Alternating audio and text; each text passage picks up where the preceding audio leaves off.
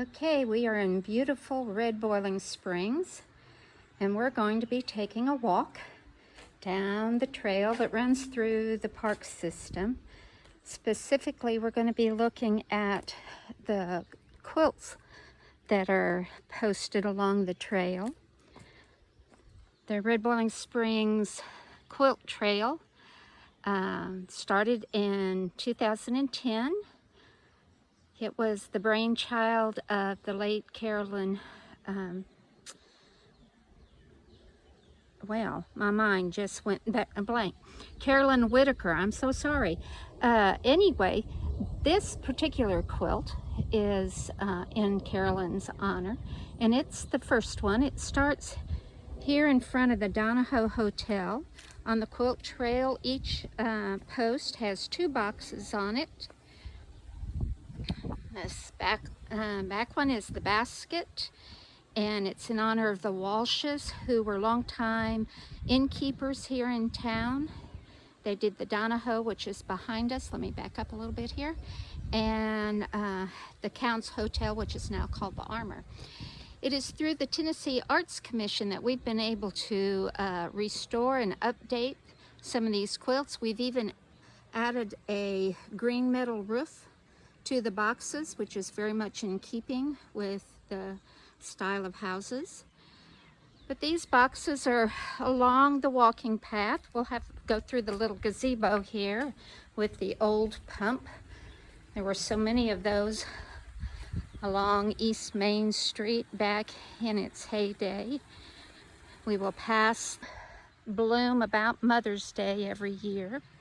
Okay, we are passing on the trail the Donoho. I'll get around over here where you can get a better look. There's its historic sign at the hotel. It's the last of the, I'm not sure what style you call that, but it has the big verandas on it. There were several of those in town at one time.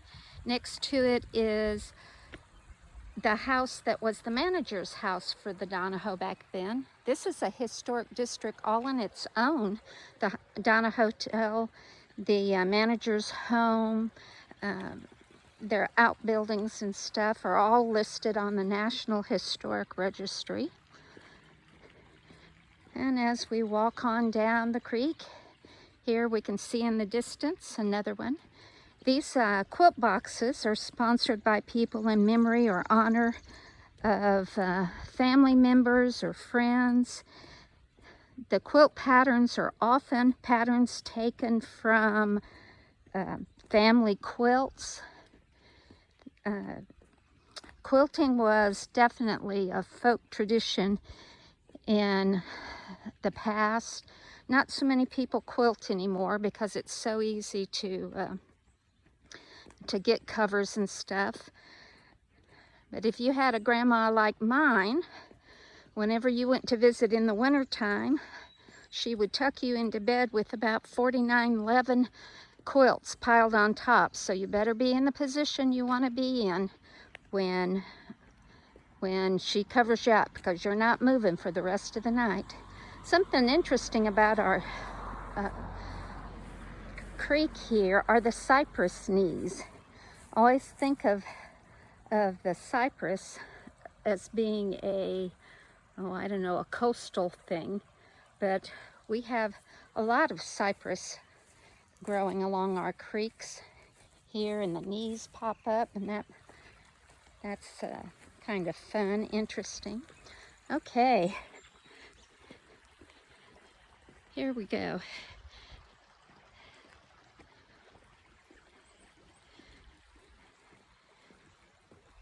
This is the star, and it's in memory of Ernest Campbell. It was sponsored by Vision 2020. The Campbells were real supporters of Vision 2020, very much interested in the history. On the back side, we have a butterfly. This is in memory of Susan Elson. I don't know why I want to call it Ellison, but Elson. Anyway, So you can see that they're done in memory or honor of someone. And there's a whole group of artists that paint these quilt blocks. We've been very blessed to have artistic people in our community, lots of talent for the folk arts, not just painting. We have musicians, we have fabric artists, we have a lot of people that still keep the old old arts, the old traditions alive. We're going to come to some historic houses here. I believe this was the Bush family home for a long time. The Bushes were a family that were very prominent in Red Walking Springs history. Tommy Bush was a mayor at one time. They had Oscar Bush had an axe handle factory that stood in the city parks further down the stream. Here's the Friendship Circle in memory of Marcy Gann. I believe this one was also taken from a family quilt, picture of a family quilt. A lot of these were. Here's a bicentennial quilt in memory of Christine Miner. Christine grew up here in Red Walking Springs. She raised 7 children and displayed resourcefulness by making clothes, bed linen, and quilts throughout her life. So you can see how these quilts honor not only people from the past, but also they honor the tradition of quilting. The reason we have long, skinny parks in Red Walking Springs is because we had a flood in 1969. This strip right through here was full of businesses, old houses. Mother Sampson's house was down here. She took in boarders during the season, and it was called light housekeeping. You made your own bed, no maids to take care of the room for you, but they would rent out a room so you could stay during the season. So anyway, after the flood of '69, the city bought up all of the land because the houses and the buildings were just washed downstream, so there wasn't anything left.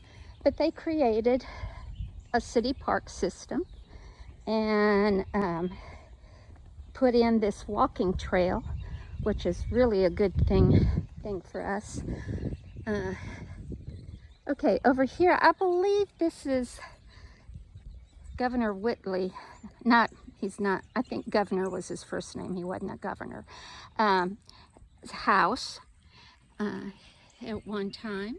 And if I'm not mistaken, this may be not really a boarding house, but an Airbnb now. Yes, Mother Sampson's light housekeeping house stood right in here. And the interesting thing about that house was the foundation was made out of geodes, the whole, around the porch anyway. This is grandmother's engagement ring in memory of Mother Sampson. Her name was Elnora, but we all called her Mother Sampson. Here's the drunkard's path in honor of Janie Cook. And I don't think the name of the quilt square has anything to do with Janie. It's just a pretty pattern, and that's what it's called. So somewhere along in here, I don't see it now. Maybe I'm mistaken. But oh, there it is. It's hidden by the police car. Sorry about that. I see it. I'll walk over here. I'll say hi talk to our local policeman and show you this is actually a gas pump, a natural gas pump. And Dr. Pages had a bathhouse sitting in this spot, and he pumped natural gas right from the ground to heat the water in his bathhouse. And here we have one of our covered bridges. These also came about after the flood, when we needed better ways of getting across the creek, and the city put those in. Across the road is the Hudson House. The Hudson House used to be a much bigger house, but it was one of the boarding houses during the heyday. A lot of interesting stories have come out of that house. Bobby Knight, who has passed away, used to be able to tell us all sorts of wonderful stories. Okay, the crazy quilt, the finish on it is still drying, but it should be put up this evening sometime.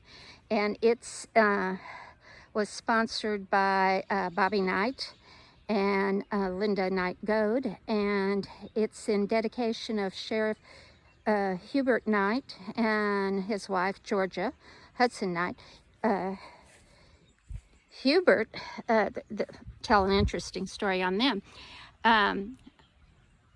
I've been told that there were certain people in town in the day who would make sure that they did something that was an offense to get themselves thrown in jail on Friday night, because that meant they wouldn't go to court till Monday. And Mrs. Hudson, when she cooked for the family, she also fed anybody who was in the jail. So they knew what a wonderful cook she was, so they would purposely do something to get themselves thrown into jail, and so they could eat all weekend. And I think that's just hilarious, but you know, you do what you got to do. All right, Straw Hat Boy. This is George and Linda McCrary sponsored this. It's in honor of her parents, Benny and Lena Crowder, who had a general store on this spot. Like I said, there was a string of little businesses, antique shops, general stores, and boarding houses along here. The fence rail pattern is in honor of the RBS Church of Christ women who for years quilted. They gave the quilts away as wedding presents. They gave them to the poor, whoever might need one. That was their mission. Across the road is our library, but there used to be a big hotel sitting there. And just down the road here, we've come to the Armor across the road. And I think this is where I'm going to stop this one. This is just the beginning of the trail. There's a lot more along the way in the other parks. Beyond this strip park, we have what is the Salt Lick Creek Park, a little park, our next covered bridge, and then the Palace Park, and then the Old Lake Park. All of those have these quilt blocks in it. And we were able to repair, restore, redo the quilt trail through a grant from the Tennessee Arts Commission, and we are very grateful for all the work that those people do that help us out in so many ways. Thank you for watching. There may be a part 2.